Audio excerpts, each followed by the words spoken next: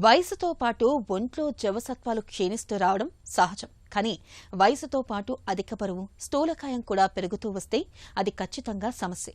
వృద్ధాప్యంలో ఒంట్లో పేరుకునే కొవ్వు ప్రాణాధారమైన గుండెకు సమస్యల్ని తెచ్చిపెడుతుంది. రక్తంలో గ్లూకోజ్ను గాడి తప్పేలా చేస్తుంది. అంతేకాదు, మోకాలపై ఒత్తిడిని పెంచి నొప్పుల్ని శాపంగా అంటగడుతుందని చెబుతారు నిపుణులు. వృద్ధాప్యంలో ఊబకాయం మూలంగా తలెత్తే సమస్యలు, వాటిని అధిగమించేందుకు ఆయుర్వేదం చెబుతున్న పరిష్కారాల గురించి ఇప్పుడు తెలుసుకుందాం.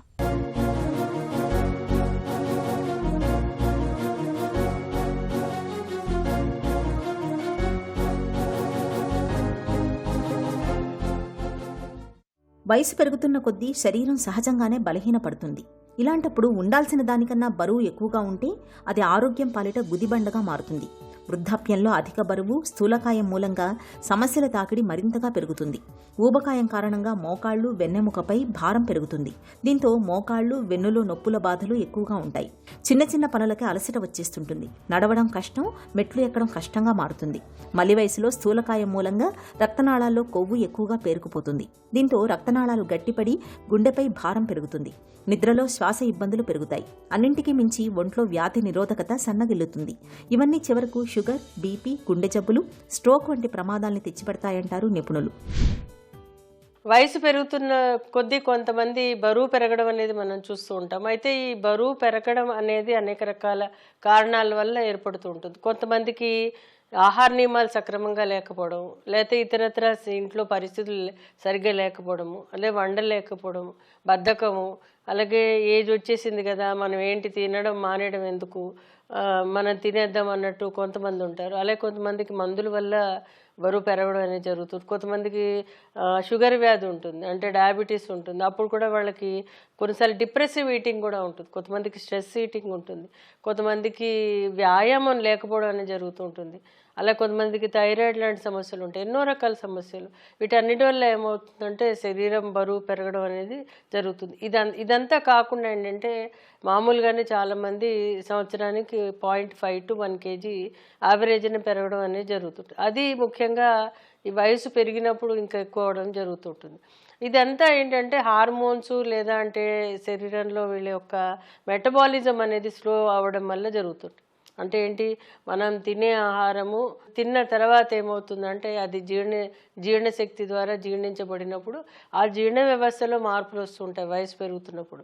అప్పుడు లోపల ఎంజైమ్స్ తగ్గిపోవడము, లేకపోతే వాళ్ళకి లివరు యాక్టివిటీ తగ్గిపోవడము, లేకపోతే మందుల వల్ల కూడా లివర్ యాక్టివిటీ తగ్గడము, ఇవన్నీ కూడా జరిగినప్పుడు హంగర్ అనే హార్మోన్ ఉంటుంది, గ్లెహిన్ అనే హార్మోన్. ఆ హార్మోన్ కూడా అది పనిచేయడం సక్రమంగా లేకపోవడం.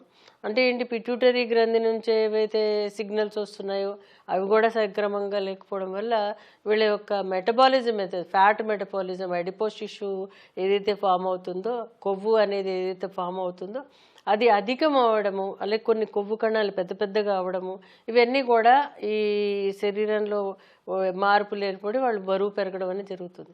యావరేజ్న చాలామందికి పొట్ట మీద బరువు అనేది ఎక్కువ చూస్తూ ఉంటాం పెద్దవాళ్ళకి. ఎందుకంటే వాళ్ళకి ఎక్సర్సైజ్ ఒకటి, ఆ పొట్టానికి సంబంధించిన ఎక్సర్సైజ్ చేయకపోవడం ఒకటి, ఇవన్నీ జరిగినప్పుడు పొట్ట భాగమే పెరుగుతూ ఉంటుంది. కొంతమందికి ఫ్యాటీ లివర్ లాంటి కండిషన్ ఉంటుంది, అప్పుడు కూడా పొట్ట భాగమే పెరుగుతూ ఉంటుంది. అంటే ఆ ఏరియా ఒకటి కూడా సరిగ్గా సక్రమంగా ఎక్సర్సైజ్ గురి కానప్పుడు కూర్చుని ఉన్నందువల్ల ఆ ఏరియాలో ఆ యొక్క ఫ్యాట్ అనేది అక్యుములేట్ అవుతుంది.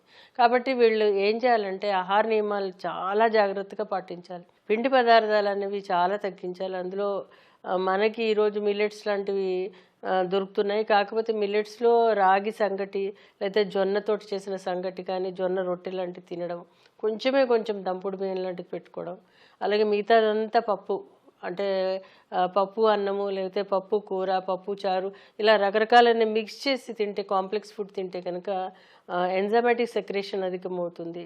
అలాగే వాళ్ళ యొక్క శరీరంలో ఏదైతే జీర్ణ వ్యవస్థ ఏదైతే ఉందో అది చాలా బాగా పనిచేస్తుంది. చాలామంది మటన్, చికెన్ లాంటివి తింటూ ఉంటారు. కాకపోతే ఏంటంటే రెడ్ మీట్ అనేది పెద్దవాళ్ళు ఆపేయాలి. సుమారు 60-70 ఏళ్ళు వచ్చాక రెడ్ మీట్ ఆపేసేయాలి. అంటే మటన్ లాంటిది ఆపేయాలి. చికెన్ ఎప్పుడైనా వీక్లీ వన్స్ లాంటివి తీసుకోవచ్చు. ఫిష్ చాలా మంచిది, ఫిష్ వల్ల ఒళ్ళు రాదు. ఎందుకంటే ఫిష్లో ఉండే ఏదైతే నూనెలు ఉంటాయో, ఫిష్లో ఫ్లెష్ ఏదైతే ఉంటుందో ఆ ప్రోటీన్ మనకి హాని చేయదు.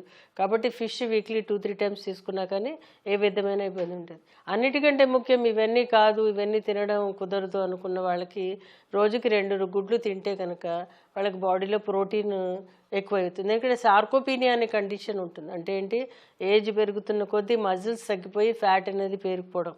అంటే మజిల్ ఉన్నప్పుడు అంటే మజిల్స్లో ఫ్యాట్ ఇరుక్కున్నప్పుడు పేరుకున్నప్పుడు దానిని బర్న్ చేయడం ఈజీ అవుతుంది. కాకపోతే వీళ్ళు ఏజ్ పెరుగుతున్నప్పుడు ఏమవుతుందంటే మజిల్స్ అన్నీ తగ్గిపోయినప్పుడు పొట్ట భాగంలో పేరుకుపోవడం అనేది జరుగుతుంది. కాబట్టి వీళ్ళకి ప్రోటీన్ అనేది చాలా ఇంపార్టెంట్. ప్రోటీన్లో మనకి పప్పు దినుసుల ద్వారా ప్రోటీన్ వస్తుంది, కొన్ని కూరగాయల ద్వారా కొంత ప్రోటీన్ వస్తుంది, అలాగే నాన్ వెజిటేరియన్ ఫుడ్ ద్వారా వస్తుంది. కాబట్టి బ్యాలెన్స్డ్ ప్రోటీన్ సుమారు ఒక రోజుకి ఒక 30 గ్రామ్స్ 25 to 30 గ్రామ్స్ ప్రోటీన్ వచ్చినట్టు చేసుకుంటే కనుక వాళ్ళకి హెల్తీగా ఉంటారు వాళ్ళు. వృద్ధాప్యంలో ఆరోగ్యంగా ఉండాలంటే శరీర బరువుపై ఖచ్చితంగా నియంత్రణ ఉండాలి. అధిక బరువు, స్థూలకాయం సమస్యగా మారినప్పుడు జీవనశైలి, ఆహారం, వ్యాయామం తదితర విషయాలలో తప్పనిసరిగా జాగ్రత్తలు తీసుకోవాలి. ఆహారంలో కార్బోహైడ్రేట్లు, కొవ్వుల్ని బాగా తగ్గించాలి. నూనెలు, తీపి పదార్థాలకు ఎంత దూరంగా ఉంటే అంత మేలు. ఆహారంలో ప్రోటీన్లు, పీచు లభించే వాటిని ఎక్కువగా తీసుకోవాలి. అలాగే ఆకుకూరలు, కాయగూరలు కూడా. ముఖ్యంగా క్యాబేజీకి బరువును తగ్గించే గుణం ఉంది. క్యాబేజీని నిత్యం సలాడ్స్ రూపంలో తీసుకుంటూ ఉంటే క్రమంగా బరువు తగ్గే అవకాశం ఉంది. దాల్చిన చెక్క, జీలకర్ర, మిరియాలు, ఆవాల వంటి దినుసులకు ఒంట్లో కొవ్వును కరిగించే గుణం ఉంది. రోజువారీ వంటల్లో వీటిని ఒక భాగంగా చేసుకోవాలి. వెల్లుల్లిలోని అల్లిసిన్ అనే రసాయనానికి బరువును తగ్గించే గుణం ఉంది. నిత్యం వెల్లుల్లిని ఏదో ఒక రూపంలో తీసుకోవడానికి అలవాటు చేసుకుంటే స్థూలకాయం నుంచి త్వరగానే బయటపడొచ్చు. పచ్చిమిర్చిలోని క్యాప్సిన్ అనే రసాయనానికి ఒంట్లో క్యాలరీలను కరిగించే గుణం ఉంది. పచ్చిమిర్చిని తీసుకోవటం వల్ల మన ఒంట్లో మెటబాలిజం రేటు పెరుగుతుంది. దీంతో కొవ్వు నిల్వలు కరుగుతూ క్రమంగా బరువు తగ్గే అవకాశం ఉంటుంది. బరువు పెరుగుతున్న వాళ్ళకి, ముఖ్యంగా ఈ ఏజింగ్ ప్రాసెస్లో బరువు పెరుగుతున్న వాళ్ళకి, సుమారు 60 నుంచి బరువు పెరుగుతున్న వాళ్ళకి కొన్ని రకాలైన ఆయుర్వేదంలో చిట్కాలు ఉన్నాయి. ముఖ్యంగా మనకి బార్లీ దొరుకుతుంది.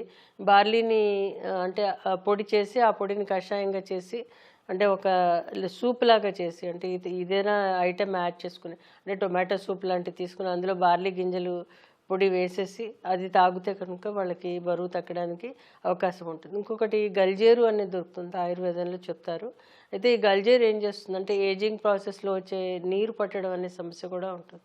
సో ఈ గల్జేరు అనేది ఒంట్లో నీరు తగ్గించడానికి ఉపయోగపడుతుంది. అయితే ఈ గల్జేరుని కూడా పప్పు రూపంలో కానీ ఇతరత్ర ఆహార పదార్థాలు వేసి వండుకొని తిన్నా సరిపోతుంది. లేకపోతే గల్జేరు కషాయంగా చేసి తీసుకుంటే కూడా ఉపయోగపడుతుంది. ఇది 2 రకాలు ఉంటుంది, తెల్ల గల్జేరు అని, ఎర్ర గల్జేరు, ఏదైనా పర్వాలేదు, 2 కూడా ఒకలాగా పనిచేస్తాయి. ఉలవల్ని కూడా మనం ఈ యొక్క అతి బరువు అనే సమస్య, లేకపోతే బరువు పెరుగుతున్న వాళ్ళకి ఇస్తే కనుక బరువు తగ్గడానికి అవకాశం ఉంటుంది. ఇందులో ఉలవల్ని ఏం చేయాలంటే మనం చారులాగా చేసి అందులో మిరియాలు, సొంటి, పిప్పళ్ళు వేసి తీసుకుంటే కనుక అగ్ని పెంచడంతో పాటు బరువు తగ్గి, నీరు తగ్గి వాళ్ళ బరువు నియంత్రణలో ఉంచడానికి సహాయపడుతుంది. అయితే ఉలవలు ఎంత తీసుకోవాలనేది కూడా సందేహం ఉంటుంది. సుమారు రోజుకి ఒక 10 to 15 గ్రామ్స్, అంటే ఏంటి 2-3 చెంచాలు ఉలవలు సరిపోతాయి. ఎందుకంటే ఉలవలు ఎక్కువ తీసుకుంటే అరగకపోవడం అనేది కూడా జరుగుతుంది. కాబట్టి వీటిని ఆహారంలో భాగంగా తీసుకోవచ్చు, లేదంటే విడిగా కషాయ రూపంలో కూడా తీసుకోవచ్చు.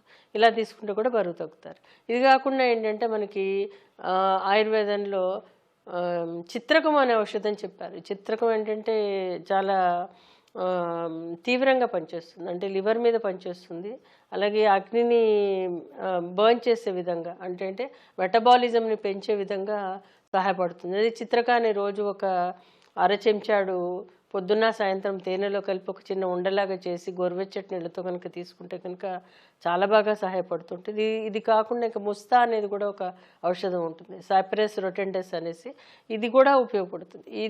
ఈ ముస్తా అనేది కూడా చిత్రకంలో కలిపి తీసుకోవచ్చు, లేదంటే విడిగానైనా తీసుకుంటే సహాయపడుతుంది. సుమారు ఒక 1/2 గ్రామ్ పొద్దున్న, 1/2 గ్రామ్ సాయంత్రం తీసుకుంటే కూడా బరువు తగ్గడానికి సహాయపడుతుంది. చికిత్సా విషయానికి వచ్చేసరికి ఆయుర్వేదంలో చాలా రకాలైన ఔషధాలు ఉన్నాయి. అయితే ముఖ్యంగా ఏంటంటే ఒక్క ఔషధం తీసుకోవడం ద్వారా బరువు అనేది తగ్గడం జరగదు. ఎందువల్లనంటే ఇది సుమారు 40% టు 50% మ్యాక్సిమం సహాయపడుతుంది. మిగతాదంతా వీళ్ళు ఆహార నియమాల ద్వారాను వ్యాయామం ద్వారా చేస్తే కనుక తగ్గడానికి అవకాశం ఉంటుంది. ఎందుకంటే శరీరం బరువు పెరగడం అనేది స్థూల వ్యాధి కింద ఆయుర్వేదంలో చెప్పారు, వ్యాధి కింద చెప్పారు. కాకపోతే అది స్థూలత్వం అనేది కొన్ని సందర్భాల్లో అది ఏజ్ రిలేటెడ్గా వచ్చినప్పుడు వ్యాధి కొంతవరకు అవుతుంది కానీ మొత్తానికి అవదు. కాబట్టి దానికి సరిపడా జాగ్రత్తలు తీసుకుని దానికి సరిపడా మందులు తీసుకున్న కనుక బరువు తగ్గడానికి అవకాశం ఉంటుంది. మలి వయసులో బరువును అదుపులో ఉంచుకునేందుకు జీవనశైలి జాగ్రత్తలు కూడా అవసరమే. ఉదయం లేవగానే గోరువెచ్చటి నీళ్లలో కొద్దిగా తేనె, కొంచెం నిమ్మరసాన్ని మిళాయించి తీసుకోవటం మేలు. మామూలు టీకి బదులుగా అల్లం టీని తీసుకోవటం మేలు. అల్లం టీకి ఒంట్లో వేడిని పెంచే గుణం ఉంది. దీంతో సహజంగానే క్యాలరీలు ఖర్చవుతాయి, బరువు తగ్గే అవకాశమూ పెరుగుతుంది. బరువు తగ్గడానికి అన్నం మానేయాల్సిన పని లేదు. అన్నానికి బదులుగా బ్రౌన్ రైస్ని వాడుకోవచ్చు. జీలకర్ర, ధనియాలు, సోంపు ఈ మూడింటిని 1/2 టీ స్పూన్ చొప్పున తీసుకుని 1 గ్లాసు నీళ్లలో బాగా మరిగించి కషాయంగా చేసుకుని నిత్యం గోరువెచ్చగా తాగుతూ ఉంటే మంచి ఫలితం కనిపిస్తుంది. ఉప్పు, పులుపు, కారం, చేదు, తీపి, వగరు ఈ షడ్రుచులకు సమంగా ప్రాధాన్యం ఇవ్వాలి. రుచి పేరుతో కొన్నింటికే పరిమితమై జీర్ణ వ్యవస్థ పనితీరు మందగించి బరువు పెరిగే అవకాశం ఉంటుంది. ఎన్ని జాగ్రత్తలు తీసుకున్నా బరువు తగ్గనప్పుడు డాక్టర్ సలహా మేరకు ఆయుర్వేద ఔషధాలను కొంతకాలం పాటు వాడుకుంటే మంచి ఫలితం ఉంటుంది.